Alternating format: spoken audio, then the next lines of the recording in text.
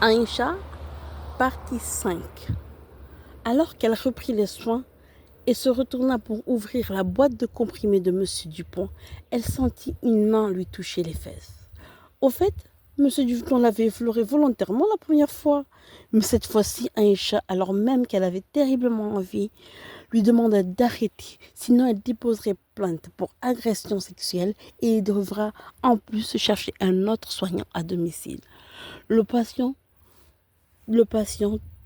lui présenta ses excuses et en lui affirmant que cela ne se produira plus jamais. En terminant sa tournée, Aïcha alla à son cabinet et se masturba pour la deuxième fois. Ce qui la soulagea mais ne la satisfait pas. Alors, elle contacta un confrère infirmier qui lui faisait des avances depuis sa séparation et lui proposa de déjeuner ensemble dans sa compagnie, ce qu'il accepta, même s'il était étonné car Aïcha a toujours refusé de prendre un café avec lui, prétextant qu'il était marié. Il s'appelle Karim.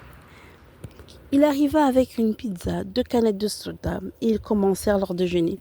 Après le repas, Ali repartit mais embrassa Aïcha, ce qu'elle répondit langoureusement. Elle lui toucha les fesses avant de glisser sa main dans son legging de sport.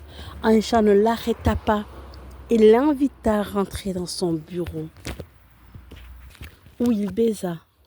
Après avoir terminé, Aïcha lui demandant de partir, ne laissant même pas le temps à Karim, de savourer ce moment.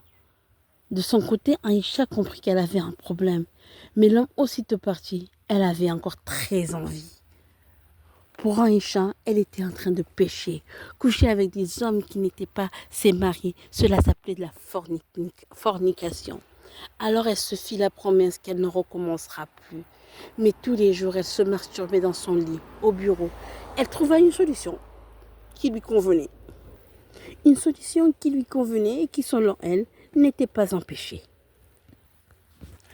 Un mois après, alors qu'elle rendait visite à un patient, elle croisa Ali, le président, qui lui demanda le pourquoi de son départ. Elle prétexta qu'elle devait aller visiter des patients, comme elle lui avait affirmé quelque temps auparavant. Elle lui dit même la même chose, mais cette fois, Ali prit la main et y mit sa carte avec ses coordonnées.